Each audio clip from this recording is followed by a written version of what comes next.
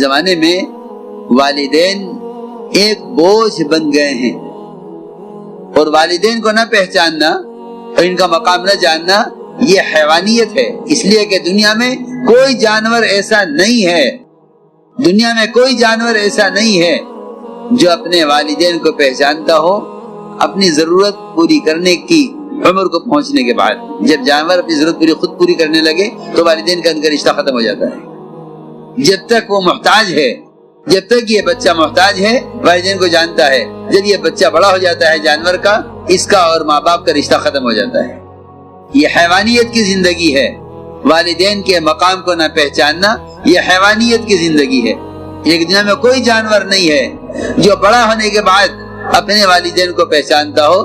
جس بچے کو ہوش آ جاتا ہے ان کے والدین کا رشتہ ختم ہو جاتا ہے۔ چرنے والے جانوروں کو چرنا آ جائے، چگنے والے جانوروں کو چگنا آ جائے، اڑنے والے جانوروں کو اڑنا آ جائے تو ان کے والدین کا رشتہ ختم ہو جاتا ہے۔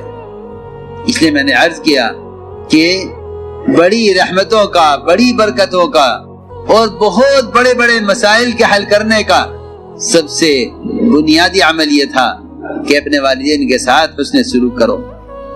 بلکہ ایک روایت میں ہے کہ ایک صحابی نے آ کر عرض کیا حضور اکرم صلی اللہ علیہ وسلم سے کہ یا رسول اللہ، میں نے اپنی والدہ کو اپنی پیٹھ پر لے کر 9 میل اتنی گرم زمین پر لے کر چلا ہوں کہ اگر اس زمین پر کچا گوشت کا ٹکڑا ڈال دیا جاتا تو وہ پک کر کھانے کے قابل ہو جاتا، اتنی گرم زمین تھی۔ یہ صحابی نے کہا اتنی گرم زمین پر کہ اگر کچا ٹکڑا گوشت کا ڈالا جاتا اس زمین پر تو وہ پک کر کھانے کے قابل تیار ہو جاتا۔ میں اتنی گرم زمین پر اپنی ماں کو پیٹھ پر لے کر 9 میل چلا ہوں، کیا میں نے اپنی ماں کا حق ادا کر دیا ہے؟ صحابی نے سوال کیا۔